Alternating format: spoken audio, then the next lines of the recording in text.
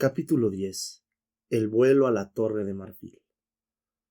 Justo en el momento en que Atreyu había atravesado la tétrica puerta de la ciudad de los espectros y comenzado el vagabundeo por las retorcidas callejas que terminaría de forma tan funesta en el sucio patio interior, Fújur, el blanco dragón de la suerte, había hecho un descubrimiento muy sorprendente.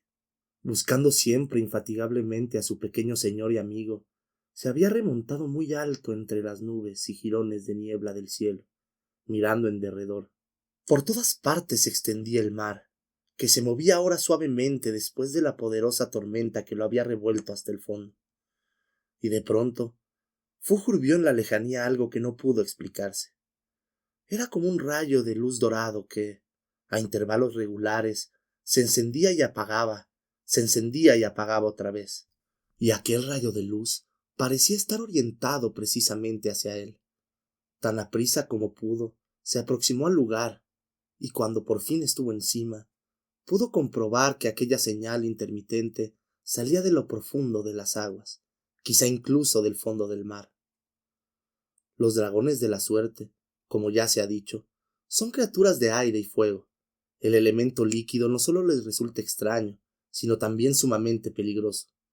Pueden apagarse en el agua como una llama, si es que antes no se ahogan, porque respiran aire ininterrumpidamente por todo el cuerpo, a través de sus 100.000 escamas de color madreperla. Se alimentan por igual de aire y de calor, y no precisan otro alimento, pero sin luz y calor solo pueden vivir poco tiempo. Fújur no sabía qué hacer, ni siquiera sabía qué era aquel extraño parpadeo en las profundidades del mar, ni si tenía algo que ver con Atreyu. Sin embargo, no lo pensó mucho. Subió muy alto en el aire y luego dio la vuelta. Orientó la cabeza hacia abajo, apretó las garras contra el cuerpo, se puso rígido y derecho como un palo, y se precipitó en el abismo con un violento plaf que hizo saltar el agua como una fuente gigantesca. Se zambulló en el mar. Al principio, casi perdió el conocimiento por el choque, pero luego se forzó a abrir sus ojos de color rubí. Entonces vio los destellos muy de cerca, a una distancia de solo unos cuerpos más abajo. El agua lo rodeaba y empezó a formar burbujas, como en una cacerola antes de empezar a hervir. Al mismo tiempo, Fújur sintió como él se enfriaba y debilitaba cada vez más. Con las últimas fuerzas que le quedaban, se obligó a buscar más hondo, y entonces vio la fuente de la luz al alcance de la mano. Era Aurin, el esplendor. Por suerte, el amuleto había quedado enganchado por la cadena en una rama de coral que sobresalía de la pared de un barranco rocoso. De otro modo, la alhaja se hubiera hundido en el abismo sin fondo. Fújur la cogió, la desenredó y se puso la cadena al cuello para no perderla, porque se dio cuenta de que iba a desmayarse. Cuando recobró el sentido, al principio no podía entenderlo, porque, con gran asombro por su parte, volaba otra vez sobre el mar a través del aire. Iba a gran velocidad y en una dirección muy determinada, mucho más aprisa de lo que le permitían sus agotadas fuerzas. Intentó volar algo más lentamente, pero pudo comprobar que su cuerpo no le obedecía. Otra voluntad mucho más fuerte se había apoderado de él y lo dirigía, y esa voluntad procedía de Aurin, que llevaba colgado el cuello por la cadena. El día declinaba ya y se hizo de noche, cuando finalmente Fújur divisó a lo lejos una playa. De la tierra que había detrás no se podía ver mucho, porque parecía envuelta en niebla. Cuando se acercó más, descubrió que la mayor parte del país había sido tragado, ya por aquella nada que tanto daño hacía a los ojos, porque se tenía la sensación de haberse quedado ciego. Allí, Fújur, si hubiera podido decidir por su propia voluntad, se hubiera dado la vuelta, pero la fuerza secreta de la alhaja lo obligó a seguir volando en línea recta, y pronto supo por qué. Porque en medio de aquella noche sin fin descubrió de pronto una pequeña isla que resistía aún, una isla de casas, de tejados puntiagudos y torcidas torres. Fújur sospechó a quién encontraría ahí, y entonces no fue ya la poderosa voluntad que influía en él desde el amuleto, sino su propia voluntad la que lo hizo volar hacia su objetivo. El patio sin luz en el que yacía Atreyu junto al hombre lobo muerto estaba ahora casi en la oscuridad. La luz grisácea del crepúsculo, que se filtraba en el estrecho pozo entre las casas, bastaba apenas para distinguir el cuerpo claro del muchacho de la negra piel del monstruo. Y cuando más oscurecía, tanto más se parecían los dos. Atreyu había abandonado hacía tiempo todo intento de liberarse de la presa de acero de las mandíbulas del hombre lobo. Estaba en un estado de semi-inconsciencia, en el que veía otra vez al búfalo purpúreo del mar de hierba, que no había cazado. A veces, Atreyu llamaba a los otros niños, sus compañeros de caza, que ahora serían ya sin duda auténticos cazadores, pero nadie le respondía. Solo el enorme búfalo, inmóvil, seguía ahí mirándolo. Atreyu llamó a Artak, su caballito, pero no vino, y tampoco se oyó en parte alguna su claro relincho. Llamó a la emperatriz infantil, pero inútilmente. Ya no podía decirle a ella nada. No había sido cazador, no era ya emisario, no era nadie. Atreyu se había rendido, pero entonces notó además otra cosa, la nada. Debía estar muy cerca ya. Sintió de nuevo aquella horrible atracción que era como un vértigo. Se incorporó y tiró de su pierna desgarrándosela, pero los dientes no se aflojaron. Y en aquella ocasión fue una suerte, porque si los dientes de Gumork no lo hubieran retenido, Fújor habría llegado tarde a pesar de todo. Así, sin embargo, Atreyu oyó de pronto arriba en el cielo la voz de bronce del dragón de la suerte. ¡Atreyu! ¡Estás ahí, Atreyu! ¡Fújur! Exclamó Atreyu. Entonces puso las manos ante su boca, haciendo bocina, y gritó hacia el cielo. ¡Aquí estoy, Fújur! ¡Fújur, ayúdame! ¡Estoy aquí! Y gritó lo mismo una y otra vez. Vio el cuerpo blanco y llameante de Fújur, como un relámpago vivo, atravesar el pedacito de cielo que se iba apagando, primero muy lejos, muy alto allá arriba, y luego la segunda vez, mucho más cerca. Atreyu gritó, y el dragón de la suerte le respondió con su voz de campana. Y finalmente, el de arriba divisó al de abajo, pequeño como un pobre escarabajo caído en un agujero profundo. Fújur se dispuso a aterrizar, pero el patio interior era estrecho, era casi de noche, y al descender, el dragón derribó uno de los puntiagudos tejados. Las vigas del entramado se rompieron con estruendo. Fújur sintió un dolor punzante. Se había hecho una grave herida en el vientre con la aguda arista del tejado. No fue uno de sus elegantes aterrizajes habituales, sino que cayó en el patio dando fuertemente contra el suelo húmedo y sucio, junto a Atreyu y el muerto Gumork. Se sacudió, estornudó como un perro que sale del agua y dijo: «Por fin. ¿Dónde te habías metido? Parece que he llegado justamente a tiempo». Atreyu no dijo nada. Había rodeado con sus brazos el cuello de Fújur y enterrado la cara en su plateada melena. «Ven», lo apremió Fújur. «Súbete a mi espalda. No hay tiempo que perder». Atreyu se limitó a sacudir la cabeza. Solo entonces vio Fújur que tenía la pierna entre las fauces del hombre lobo. «Eso lo vamos a arreglar enseguida», dijo revolviendo sus globos oculares de color rubí. «No te preocupes». Utilizando ambas garras, intentó abrir las mandíbulas de Gmork. Sin embargo, los dientes no se separaron ni un milímetro. Fújur jadeaba y bufaba por el esfuerzo, pero no servía de nada, y sin duda no hubiera logrado librar a su pequeño amigo si la suerte no hubiera venido en su ayuda. Pero los dragones de la suerte tienen precisamente eso, suerte, y con ellos la tienen los que con ellos se portan bien. Efectivamente, cuando Fújur, agotado, se detuvo y se inclinó sobre la cabeza de Gmork para ver mejor en la oscuridad qué se podía hacer, el amuleto de la emperatriz infantil que colgaba del cuello del dragón vino a reposar sobre la frente del hombre lobo muerto, y en ese mismo instante se abrieron las mandíbulas y la pierna de Atreyu quedó libre. Gritó a Atreyu. ¿Has visto? Atreyu no respondió. ¿Qué pasa? Preguntó Fújur. ¿Dónde estás, Atreyu? Tanteó en la oscuridad buscando a su amigo, pero éste no estaba ya ahí, y mientras intentaba atravesar con sus ojos candentes la oscuridad de la noche, empezó a sentir él mismo lo que había arrebatado a Atreyu de su lado apenas había quedado en libertad, la nada, que cada vez se acercaba más, Sin embargo, Aurin lo protegía contra aquella resaca. Atreyu se defendía inútilmente.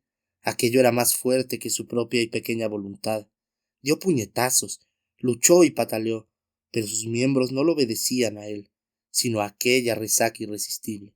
Solo unos pasos lo separaban de la aniquilación definitiva. Y en aquel momento, Fújur, como un relámpago blanco y llameante, se situó encima y lo agarró por la trenza negro azulada. Tiró hacia arriba y se elevó con él en el negro cielo de la noche. El reloj de la torre dio las 9. Ninguno de los dos, ni Fújur ni Atreyu, pudo decir luego cuánto duró aquel vuelo en medio de la oscuridad total, ni si fue realmente una noche. Quizá todo tiempo había cesado también para ellos, y se mantuvieron inmóviles en una oscuridad sin fronteras.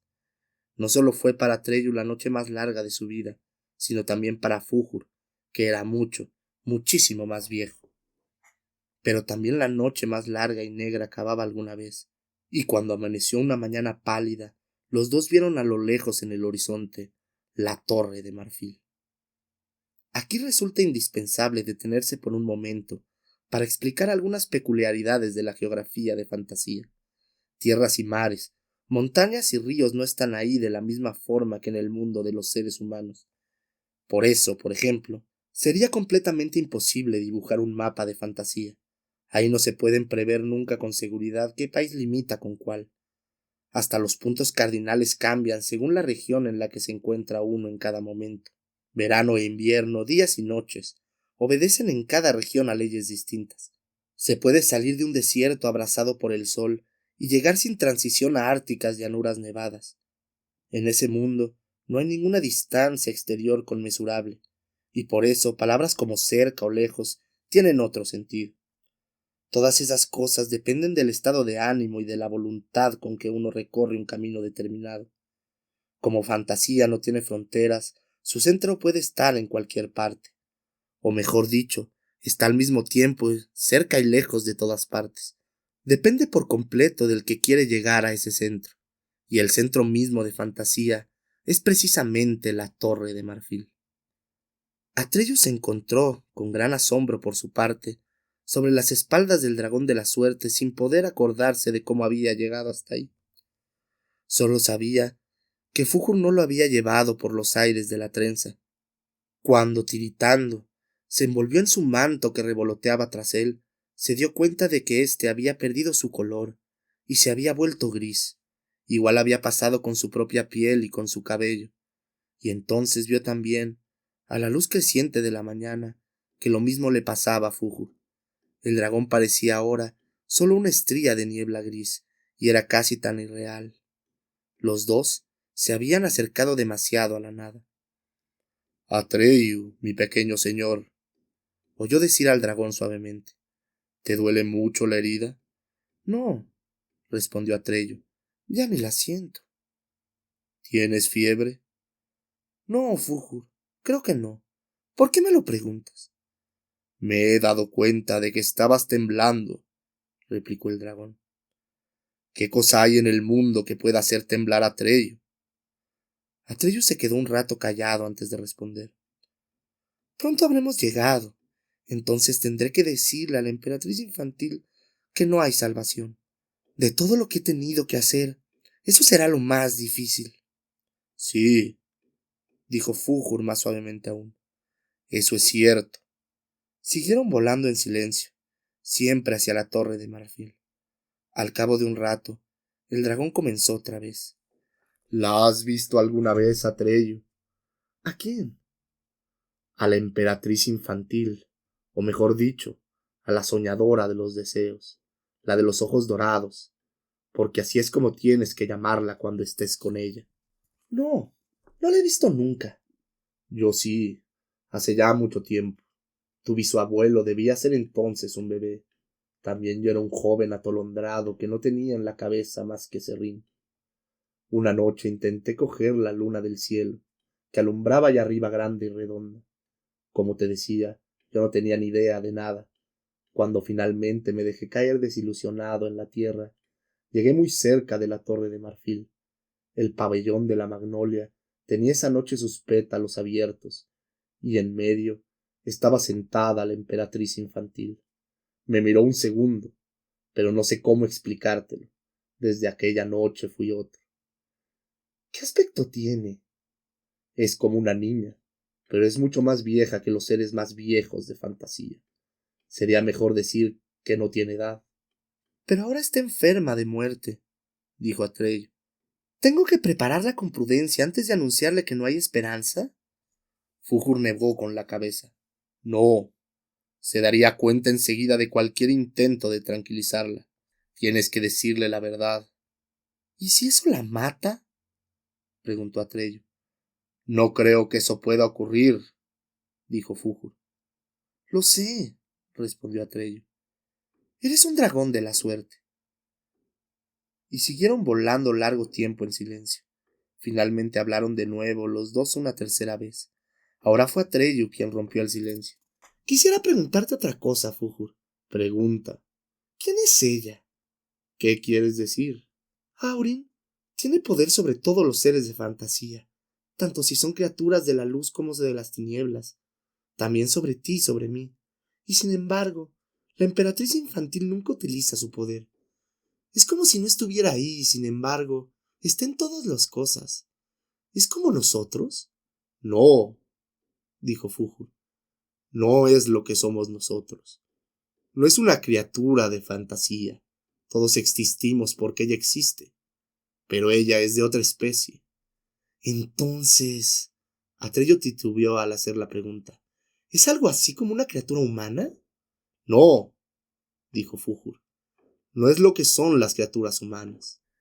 Entonces, repitió Atreyu, ¿quién es? Solo tras un largo silencio respondió Fújur. Nadie lo sabe en fantasía. Nadie puede saberlo. Es el misterio más profundo de nuestro mundo. Una vez oí decir a un sabio que quien lo pudiera comprender del todo apagaría de esa forma su propia existencia. No sé lo que quiso decir con ello. No puedo decirte más. ¿Y ahora? Dijo Atreyu. Su existencia y la de todos nosotros acabarán sin que hayamos comprendido su secreto.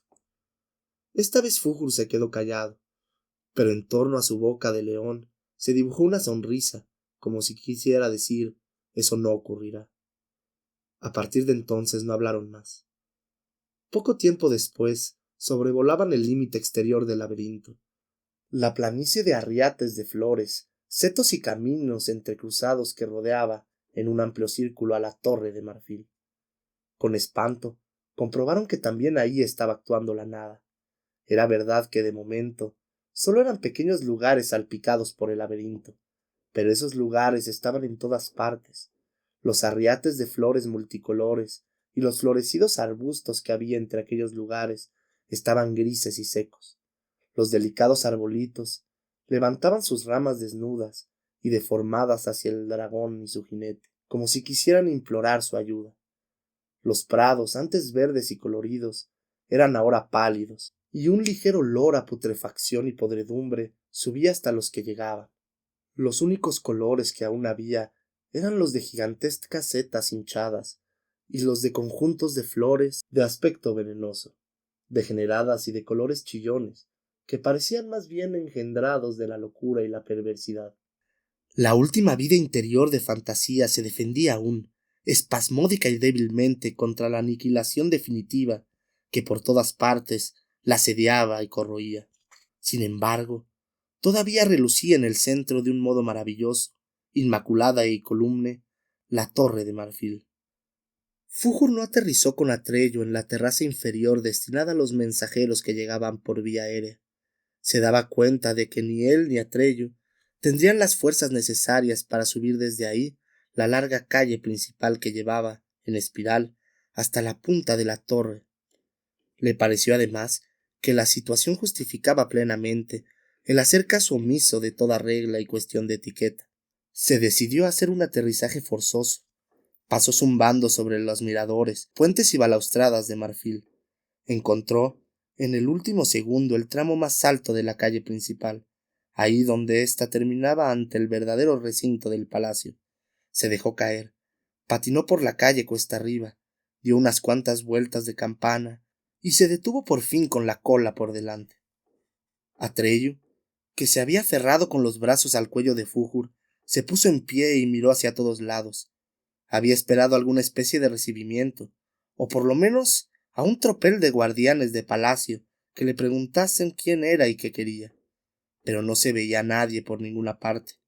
Los blancos edificios resplandecientes que había alrededor parecían muertos. ¿Todos han huido? Fue la idea que atravesó su cabeza. ¿Han abandonado a la emperatriz infantil? ¿O quizá esté ya... Atreyu, susurró Fújur. Tienes que devolverle la alhaja. Se quitó del cuello la cadena de oro. El amuleto se deslizó hasta el suelo. Atreyu saltó de las espaldas de Fújur y rodó por tierra. No se acordaba ya de su herida. Echado, cogió el pentáculo y se lo puso. Entonces se levantó con esfuerzo, apoyándose en el dragón. Fújur, dijo, ¿a dónde tengo que ir? Pero el dragón de la suerte no le respondió ya. Estaba echado como muerto. La calle principal terminaba en una alta y blanca muralla circular, ante una gran puerta maravillosamente tallada, cuyas hojas estaban abiertas. Atreyu cogió hacia ella, se apoyó en el portal y vio que detrás de la puerta había una escalinata blanca, ancha y brillante, que parecía llegar hasta el cielo. Comenzó a subir. A veces se detenía para reunir nuevas fuerzas. En los blancos escalones iba dejando un reguero de gotas de sangre. Por fin llegó arriba y vio ante sí una larga galería. Siguió adelante tambaleándose, agarrándose a las columnas. Entonces llegó a un patio lleno de fuentes y otros juegos de agua, pero apenas podía darse cuenta de lo que veía. Como en un sueño, luchaba por avanzar. Encontró una segunda puerta pequeña. Luego tuvo que trepar por una escalera muy empinada, pero esta vez estrecha. Luego a un jardín donde todo, árboles, flores y animales, estaba tallado en marfil, y atravesó a gatas varios puentes de arcos sin barandillas, que conducían a una tercera puerta, la más pequeña de todas. Echado sobre el estómago, siguió arrastrándose. Luego levantó lentamente la vista y vio un picacho de marfil, pulido como un espejo, y en su cúspide el blanco y deslumbrante pabellón de la magnolia. No había ningún camino que llevara hasta él, ninguna escalera. Atreyu escondió la cabeza entre los brazos. Nadie que haya llegado o llegue alguna vez hasta ahí podría decir cómo recorrió la última parte del camino. Es algo que a uno se le regala. Atreyu se encontró de pronto ante la puerta que daba paso al pabellón. Entró y se encontró cara a cara con la señora de los deseos, la de los ojos dorados. Estaba sentada apoyada en muchos cojines, sobre un diván blanco y redondo en el centro de la copa de la flor, y lo miraba a él. Atreyu pudo darse cuenta de lo enferma que estaba, por la palidez de su rostro que parecía casi transparente. Sus ojos almendrados tenían el color del oro viejo. No mostraba ninguna preocupación o inquietud. Sonreía. Su figura delgada y pequeña estaba envuelta en una amplia túnica de seda, que resplandecía con tanta blancura que hasta las hojas de la magnolia parecían oscuras por contraste. Tenía el aspecto de una niña de indescriptible belleza, de unos 10 años como máximo, pero su largo cabello, que peinado lisamente, le caía por los hombros y la espalda hasta el diván, era blanco como la nieve. Bastian se sobresaltó. En aquel momento le había ocurrido algo que nunca le había pasado antes. Hasta entonces había podido imaginarse muy claramente todo lo que se contaba en la historia interminable. Con todo, durante la lectura del libro habían sucedido cosas extrañas, eso no se podía negar, pero que podían explicarse de algún modo. Se había imaginado a Treyu mientras cabalgaba en el dragón de la suerte, y el laberinto y la torre de marfil tan claramente como pudiera pensarse. Pero hasta aquel momento habían sido solo sus propias imaginaciones.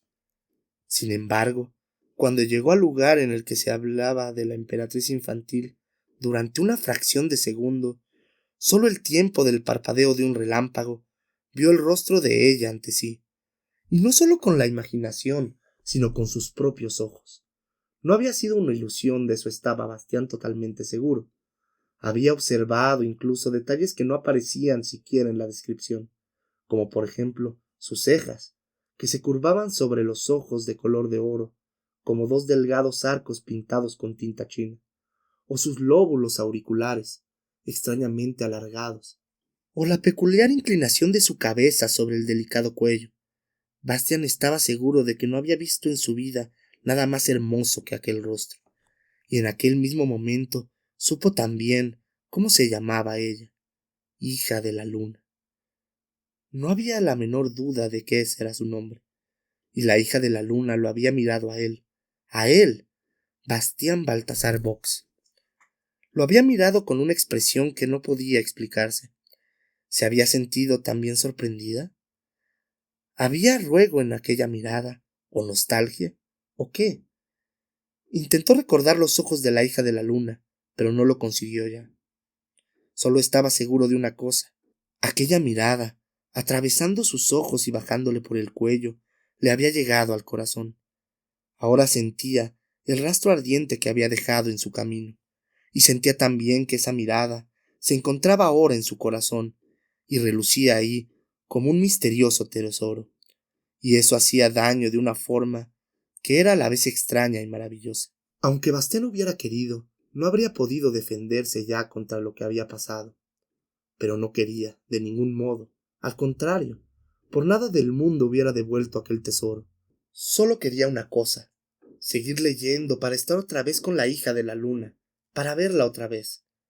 No sospechaba que, con ello, se metía de forma irrevocable en la más insólita y también la más peligrosa de las aventuras. Pero aunque lo hubiera sospechado, eso no habría sido para él con toda seguridad una razón para cerrar el libro, dejarlo a un lado y no volver a cogerlo.